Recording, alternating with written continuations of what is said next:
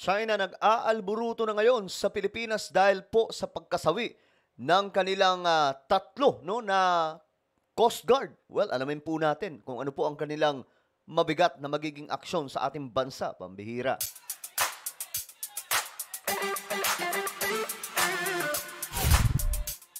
Yo guys, what's up? This is me, Sangkay Janjan. I'm back for another vlog today. At ito nga pag-usapan po natin ngayon ang mainit na tensyon ng Pilipinas at China. Kasi nga po, nakaraan mga sangkay, siguro naman nabalitaan ninyo, na i-vlog ko rin po ito dito, na mayroon nga pong, akala ko nga dalawa lang, nasa tatlo daw pala mga sangkay na mga crew, no? Miyembro ng China Coast Guard. Nung tumama ang barko ng China, nagbanggaan mga sangkay, both Chinese na mga barko. Tatlo yung nadali na mga Chinese. Nakakalungkot man. Pero ngayon nga po mga sangkay, ang sinisisi ng China ay ang ating bansa. Then the question is, magiging agresibo na ba sila? Ano ba ang kanilang gagawin? Kasi may bagong balita po mga sangkay, no, tungkol dyan.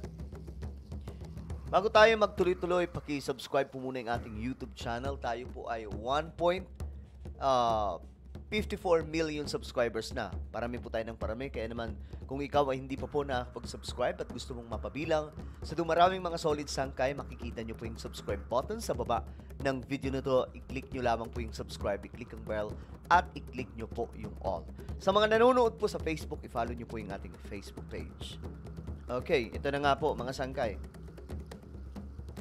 Ito yung balita kasi ngayon. Ayon po sa report, pinagbabayad daw ang Pilipinas nitong China. O ito, panoorin natin. Bayad ng isang Chinese maritime expert ang Pilipinas dahil sa nangyaring banggaan ng dalawa nilang barko sa Bajo de Masinloc. Pilipinas daw kasi ang merong kasalanan. Patunay daw dyan ang nilabas na video ng Chinese state media.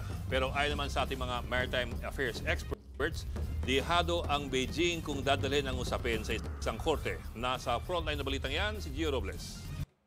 So ano yun, magpa-file sila ng kaso, mga sangkay, laban sa Pilipinas.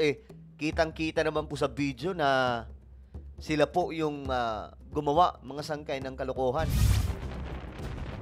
Sa 26-second video expose ng Chinese state media na Global Times. Ayan ha. Yan po yung video na galing sa China.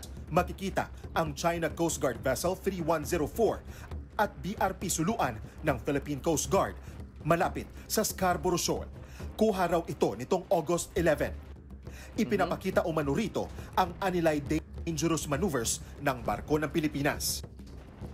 Gaya ng ilang beses na pagtawid ng BRP Suluan sa harapan ng CCG vessel. Ito'y sa kabila raw ng paulit-ulit na babala sa barko ng Pilipinas na pumasok sa Scarborough Shoal nang walang pahintulot mula sa Beijing. Grabe, no? Teritoryo natin, kailangan pa magpaalam sa kanila. Diyos mio, Marimar. Bukod dyan, mabilis din ang takbo ng PCG vessel sa close quarter maneuver nito na lubhang mapanganib umano. Kuha Alam nga naman, babagal sila, mga sangkay. Sila yung mababangga dyan, pambihira. ang video bago mauwi sa salpukan ang paghapon Ito yung kuha sa Pilipinas, mga sangkay, ng PCG. Ayan po, ng Navy at Coast Guard vessels ng China sa barko ng Pilipinas. Dahil dyan, sinabi ng isang Chinese maritime expert na dapat pagbayarin ng danyos ang Pilipinas sa mga nasirang barko ng Chinese Navy. Ayan po. Talagang naputol, mga sangkay, oh. Dito nadali kasi bago po yan. Iwan ko kung dito kita. Ay, ito kita. Bago po sumalpok, ayan po mga sangkay, oh. May tatlong nandito. Yan, sila po yung tatlo na nandyan.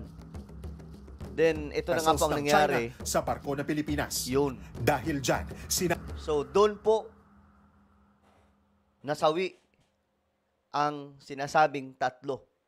Nakakatawa nga po mga sangkay kasi may mga lumalabas pa pong video na parang o komentary na sinasabi na sinadya daw ng China na doon na lamang daw po ibangga sa kanilang barko din. Nang sa ganun, hindi po mangyari yung digmaan laban po sa Pilipinas at Amerika. Which is kalokohan, mga sangkay. Kasi naobserbahan naman natin yun. Ilang beses po hinahabol talaga ng China itong ating mga barko, mga sangkay sa ating teritoryo. Ngayon lang talaga, nagkaroon ng parang karamaang datingan mga sangkay. Kasi nga po, itong sa PLA po yan mga sangkay. Itong Navy ng China, nakipagharurutan, nakipaghabulan. Ang problema, kakaharang niya sa Pilipinas, dumiretso siya ngayon sa kanilang barko din. So, kung mayroon dapat sisihin dyan, sila. Aanga-anga yung mga nila dyan mga nagmamaneho ng barko nila Nabi ng isang Chinese maritime expert na dapat pagbayarin ng danyos ang Pilipinas Ay, wow. sa mga nasirang barko ng Chinese Navy at ng CCG.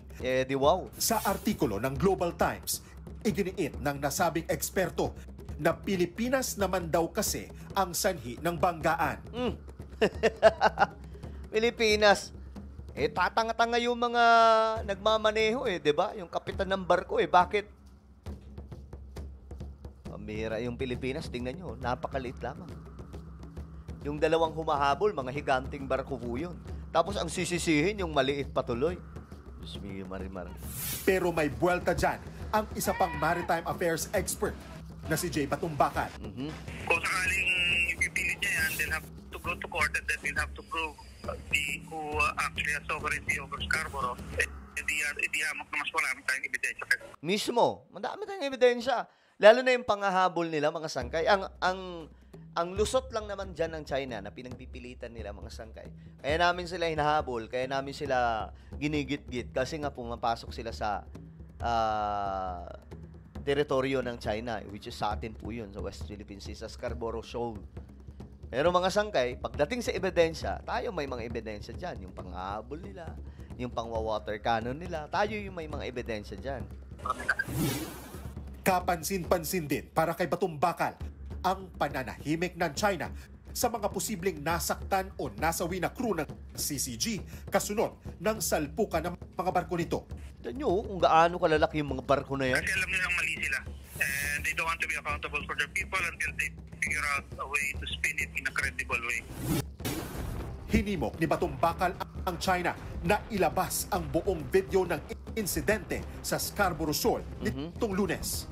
Paliwanag ni Batumbakan, katawa-tawa na ang mas maliit na barko ng Pilipinas ang haharas sa mas malaking China Coast Guard vessel. Yun nga ang sinasabi natin, mga sangkay. Diba? Napakaliit lang nun How come na ang Pilipinas patuloy ang manggigit-git? Paano gagawin ng isang maliit na barko yun? Kitang-kita sa video kung paano po umiiwas ang Pilipinas.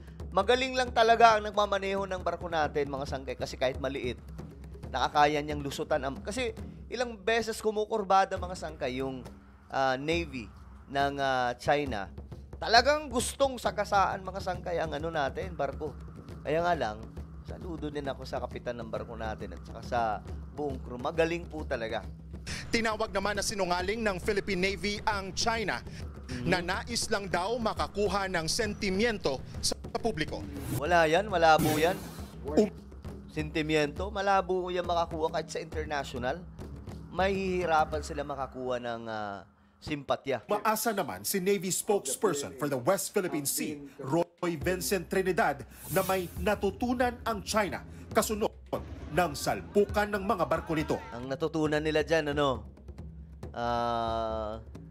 wag aanga-anga. Galingan pa nila. I hope that the leadership of the Chinese Communist Party would be able to look after the welfare of their men and not Pero dapat maalala ng China na siguro kaya nagkaganito tayo kasi tayo yung mali. Sana ganun yung realization nila. make them cannon fodder. Hopefully, wala na sabi. Kakalimutan nila, sweep it under the rug, and move on as if nothing happened. Nagbabalita Grabe Tignan yung mga sangkay Wasak talaga Ayan Ang bihira. Well, ano po ang inyong opinion, mga sangkay? Sa tingin nyo, anong gagawin ng China ngayon? Iipitin na ba nila ang Pilipinas? Gigit-gitin na ba nila? Haharas na ba nila ng husto? Pwersahin na ba nila? Comment down below, mga sangkay, kung ano po ang inyong opinion. Meron po tayong YouTube channel, Sangkay Revelation. Hanapin nyo po ito ngayon sa YouTube. Kapag nakita nyo na, i-click nyo po yung subscribe, i-click ang bell, at i-click nyo po yung all.